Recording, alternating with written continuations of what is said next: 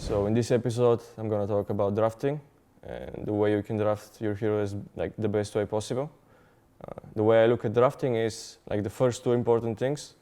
Like the first one is your items. What items are good in the meta? For instance, right now, Echo Saber and Halberd are pretty good.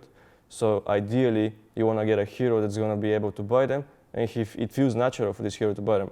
So obviously, automatically comes to mind Slark, because he likes to rush Echo Saber. Then he likes to buy Halberd, and he's almost impossible to die. Like the next step, obviously, is about looking at the enemy supports.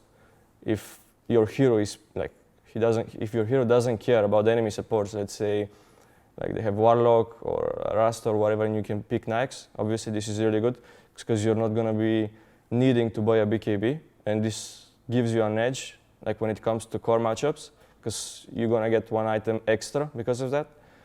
When it comes to first picking, because I like to first pick my carries even in pubs, for me this is a good mentality because you're gonna get used to playing against counters, against even worse matchups all the time.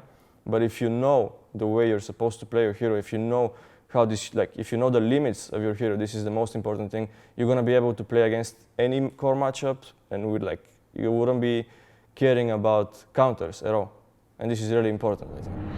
So for me, mastering a hero means that you want to be able to first pick your carry, even in pubs, even in competitive, and you know that even if they counter pick your hero with 5 heroes, you don't care about it, because you know the limits and you know how to push your limits, you know how to play from behind, like you know everything about this hero. This is what means mastering a hero, basically. Well, obviously for me, like reaching a good hero pool for me is like in every meta, you want to get like 3 heroes that you feel like you mastered already. And with time, you're going to get around 5 to 6 heroes. And obviously, all of these heroes are going to be really good in almost any meta, I would say. So this is how you start, like this is your start. And then you can slowly build into getting more and more picks. But like, you don't need to be a master with every hero, basically. You want to get a few heroes that are like situational. And you don't need to be mastered with, but like you're going to get a free game. And with this free game, you're going to be able to win it. But you don't need to be a master with these heroes. Thinking about the enemy carry, obviously, like I said again, it depends. If your hero doesn't feel threatened by the enemy cores, or let's say like you have more catch than the enemies, but your carry matchup is going to be worse, this is going to compensate for the lacking of like core matchup, for instance. So let's say your supports have catch, but the enemies lack the catch. You can allow yourself to have a worse matchup with the carry. This way, it's going to compensate. How you want to draft your hero is like you need to look at the enemy supports. Do they have enough catch? Or just in general, do the enemies have enough catch for you? If the answer is no, you can allow yourself to get a more greedy pick, or even like a hero that's not the best at the start, or you can draft your hero as early as you can, the moment you see those 2 supports, without caring about the enemy core, obviously. So yeah, in this replay, we're playing against VP. It's an official game, and I decided to play Lifestealer. Now I'm going to explain why. So in this game already, we removed some of the counters for Lifestealer first. Like as you can see, we banned Beastmaster.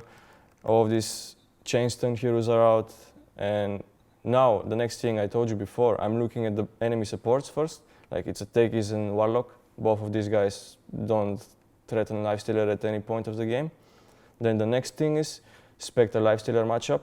Obviously, Lifestealer is really good because like in this game, what we wanted is an objective push hero. So we wanted a Deso hero, and that's why Lifestealer was so good, because both supports don't threaten you. You want to buy Desu, you can get Rosh, and that's when you're going to start going high ground against Spec, not allowing them to come online, basically. So we just decided to pick it here without seeing any more cores, because it's already good enough. Storm Spirit comes in, and I kind of know already that I'm just going to be buying Halberd, because Storm doesn't like to play against Halberds. It's quite kind of annoying for this guy, and that's about it, I think. It's already a really good next game. So as you can see, we ended up winning this game quite a lot, and they had no catch for Lifestealer. As you can see, I bought Deso AC just to go high ground, because they cannot stop me going into there. In this replay, I decided to pick a hero that complements my team, and I didn't care so much about the enemies. So basically, I decided to play Void after I saw Sheriff in mid. I saw Lina position 4, and not only that, I saw their enemy carry, I saw PO, and he thinks that like most of the guys that play Void feel like Illus can counter Void, right? But it's not really true, because with Void right now you can buy Battle Fury, you can buy Ags, and with the level 15 change on the Tyrant, you basically destroy every Ilu hero, almost. And it's also another heavy catch for Storm. You go for the cast range when you buy Battle Fury Ags, because you can just catch and kill the Ilus all the time at any point.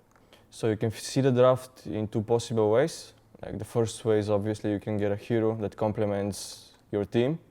But if that's not really possible, then you can just switch to the other side. And again, you can look at supports. If that's not possible, you can look at core matchups. This way you can decide what's best. Because not every game you can get a hero that complements your team. So sometimes you need to get out of the box a little bit. Even if it doesn't fit your team, it's still good in the game, so that's what matters. When it comes to carry matchups, the first thing you look at is the items. Like, can you buy BKB? Do you need to be buying a BKB? How early do you need to buy this BKB? Then again, Echo Saber, E-Blade, it depends again on, like, are you playing against Tilus? And if you're playing against Tilus, can you afford yourself to buy a Battle Fury? Stuff like that you need to look at all the time. So you want to play a greedy hero if you feel like the enemies cannot come into your triangle at first. If you feel like your tier 1s are gonna hold up for more than 5 or 10 minutes.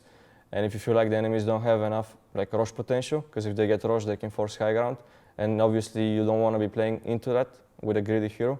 You want to play a less greedy hero, if that's the case.